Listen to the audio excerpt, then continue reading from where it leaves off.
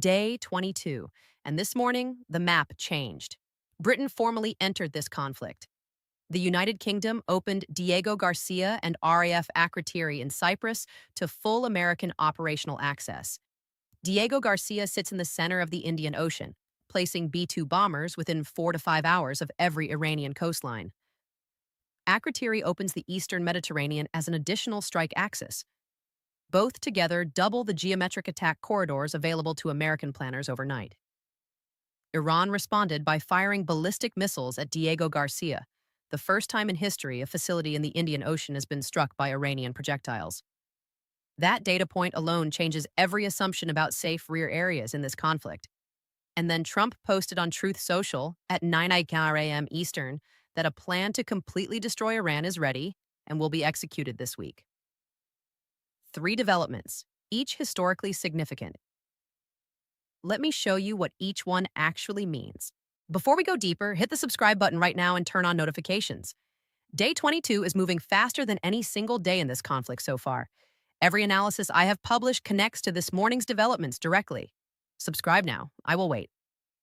On day 21, American and Israeli forces struck Natanz, Iran's most heavily fortified underground enrichment facility, with multiple B-2 sorties delivering GBU-57 massive ordnance penetrator bombs.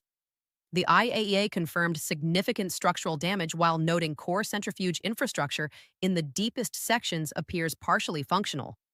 Iran retaliated overnight with missiles at Al Udeid, 5th Fleet Headquarters, and Diego Garcia. Britain's base access announcement came at 6 a.m. Eastern. Trump's destruction post at 9 a.m. That is the chronology. Now let me show you what each element means at the depth the headline coverage is not reaching.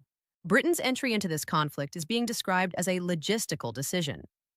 The Lammy statement in the House of Commons this morning explicitly distinguished between combat participation and base access support, and that legal distinction matters under international law. But the operational reality is different from the legal framing, and understanding the difference is everything. RAF Akrotiri gives American strike aircraft a Mediterranean staging point that bypasses the diplomatic complications of using Turkish airspace or relying entirely on carrier-based operations in the Red Sea and Arabian Sea.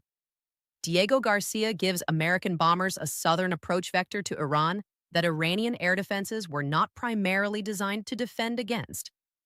The principal Iranian air defense architecture is oriented north and west, toward Israel and toward the Gulf. A southern approach from Diego Garcia exploits the thinnest part of that architecture. British base access did not add American firepower to this conflict. It added American geometry. And in strike planning, geometry is often more decisive than firepower. Iran's strike on Diego Garcia is the detail that the strategic community is treating as the most significant single event of Day 21, despite receiving less coverage than the Natanz operation. Here is why it matters so much. The American military's forward-basing strategy has always rested on a concept called strategic depth. The idea is that bases positioned far enough from the adversary's territory provide a buffer that limits the adversary's ability to reach and threaten them. Diego Garcia is approximately 3,000 kilometers from the nearest Iranian coastline. Before this conflict began, no open-source assessment of Iran's ballistic missile inventory credited Iran with a reliable strike capability at that range. This morning's strike confirms that capability exists and that it functions. It does not make Diego Garcia indefensible, but it means the American military can no longer treat any Indian Ocean facility as outside Iranian strike range when planning force protection. That assumption was embedded in decades of basing decisions and force protection planning. It is now operationally invalid.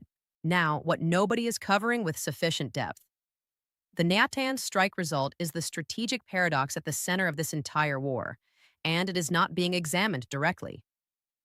The stated objective of this conflict, as published by the White House on Day 1, was to destroy Iran's nuclear program. The IAEA assessment of the Natanz strike says significant structural damage has been achieved, but core enrichment infrastructure in the deepest sections may remain functional. Read that carefully. 22 days of the most intensive American bombing campaign since the 2003 Iraq invasion, and the deepest sections of the primary target remain partially functional. Dr. Vipin Narang, MIT nuclear security expert, published his assessment this morning in one sentence. The Natanz results suggest the bunkers were deeper than the weapons used to destroy them. That sentence is the most important technical assessment of this entire conflict, and it is appearing in paragraph 14 of most coverage. The GBU 57 can penetrate approximately 60 meters of reinforced concrete.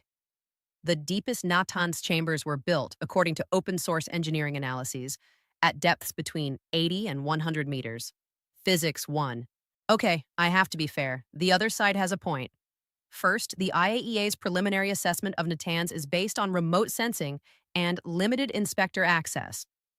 The actual damage may be more extensive than what remote assessment can confirm. American military planning does not release bomb damage assessments for operational security reasons. What the public knows about Natanz's current functional state is incomplete and may understate the actual destruction. Second, Britain's base access decision, while operationally significant, does not make Britain a party to the conflict in the legal sense that would trigger NATO Article 5 considerations or require parliamentary authorization for combat operations. Lamy is correct on the legal point. Third, Trump's this week destruction plan may be the same maximum pressure communication pattern that has characterized his public statements throughout this conflict.